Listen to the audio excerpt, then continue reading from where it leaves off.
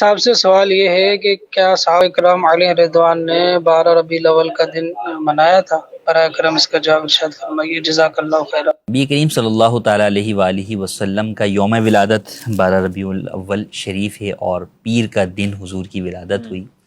تو نبی کریم صلی اللہ تعالیٰ علیہ وآلہ وسلم کے یوم ولادت کو منانے کے اعتبار سے اگر ہم دیکھیں تو بالکل ہمیں اس کا ذکر جو ہے وہ ملتا ہے مختلف انداز سے۔ خود نبی کریم صلی اللہ تعالیٰ علیہ وآلہ وسلم نے پیر کے دن روزہ رکھنے کے حوالے سے یہ فرمایا کہ اس لیے اس دن روزہ رکھتا ہوں کہ اسی دن میری ولادت ہوئی۔ تو اس سے یہ پتہ چلا گویا کہ نبی کریم صلی اللہ تعالیٰ علیہ وآلہ وسلم بھی اپنی ولادت کی وجہ سے اس دن جو ہے وہ روزہ رکھا کرتے تھے۔ صحابہ کرام علیہم الرضوان کی سیرت سے بھی ہمیں نبی کریم صلی اللہ تعالیٰ علیہ وآلہ وسلم کی سیرت اور آپ کے اوصاف و کمالات کے حوالے سے مختلف جو ہے وہ چیزیں ملتی ہیں کہ مسجد نبوی شریف کے اندر حلقے ہوتے اور صحابہ جو ہے وہ حضور کے اوصاف و کمالات اور فضائل جو ہے وہ بیان کرتے۔ تو در حقیقت میلاد النبی منانا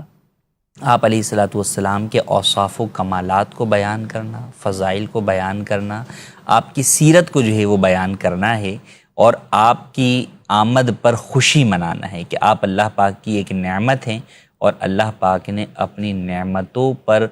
خوشی کا اظہار کرنے کا قرآن کریم کے اندر جو ہے وہ حکم دیا ہے۔ تو بالکل اس میں کوئی حرج نہیں ہے۔ ہاں، انداز مختلف ادوار میں ہر چیز کے مختلف ہو سکتے ہیں۔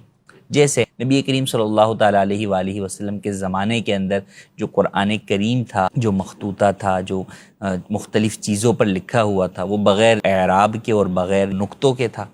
کہ وہ اہل عرب جو ہے وہ بغیر نقطوں کے پڑھنا جانتے تھے، بغیر اعراب کے پڑھنا جانتے تھے۔ لیکن آج ہم وہ قرآن کریم پڑھ ہی نہیں سکتے، تو ہمارے پاس جو آج قرآن کریم ہے وہ ان تمام چیزوں کے ساتھ ہے کہ اعراب بھی ہیں، نقطے بھی ہیں، اور یہ جو اعراب اور نقطے ہیں یہ چاروں خلفاء کے دور میں نہیں ہوئے۔ اب کوئی یہ کہے کہ جناب جو قرآن انہوں نے نہیں پڑھا وہ قرآن ہم کیوں پڑھ رہے ہیں، تو سر آپ وہ والا قرآن پڑھ ہی نہیں سکتے۔ پھر قرآن تو وہی ہے لیکن آپ نہیں پڑھ سکیں گے اس کو دیکھ کر، وہ جس خط کتابت کے اندر یا جس رسم کے اندر وہ لکھا ہوا ہوگا۔ تو لہٰذا بنیاد یہ نہیں ہے کہ جناب جو کام صحابہ نے نہیں کیا یا جس انداز میں نہیں کیا وہ کام جو ہے وہ ناجائز ہو جائے،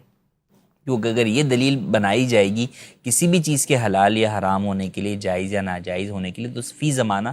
بہت ساری چیزیں جو ہے وہ ہمارے ناجائز میں چلی جائیں گی اور اکثر چیزیں جو ہے وہ جائز نہیں رہیں گی۔ تو بنیاد وہی ہے جو شریعت مطہرہ نے بیان کی ہے کہ جب کسی چیز سے منع نہیں کیا گیا، قرآن و حدیث میں اس کی ممانعت نہیں ہے، تو جائز ہے۔ اب صحابہ کرام مسجد نبوی میں حلقے لگا کر حضور کے اوصاف و کمالات بیان کرتے تھے، سیرت بیان کرتے تھے، حدیثیں سنتے سناتے تھے۔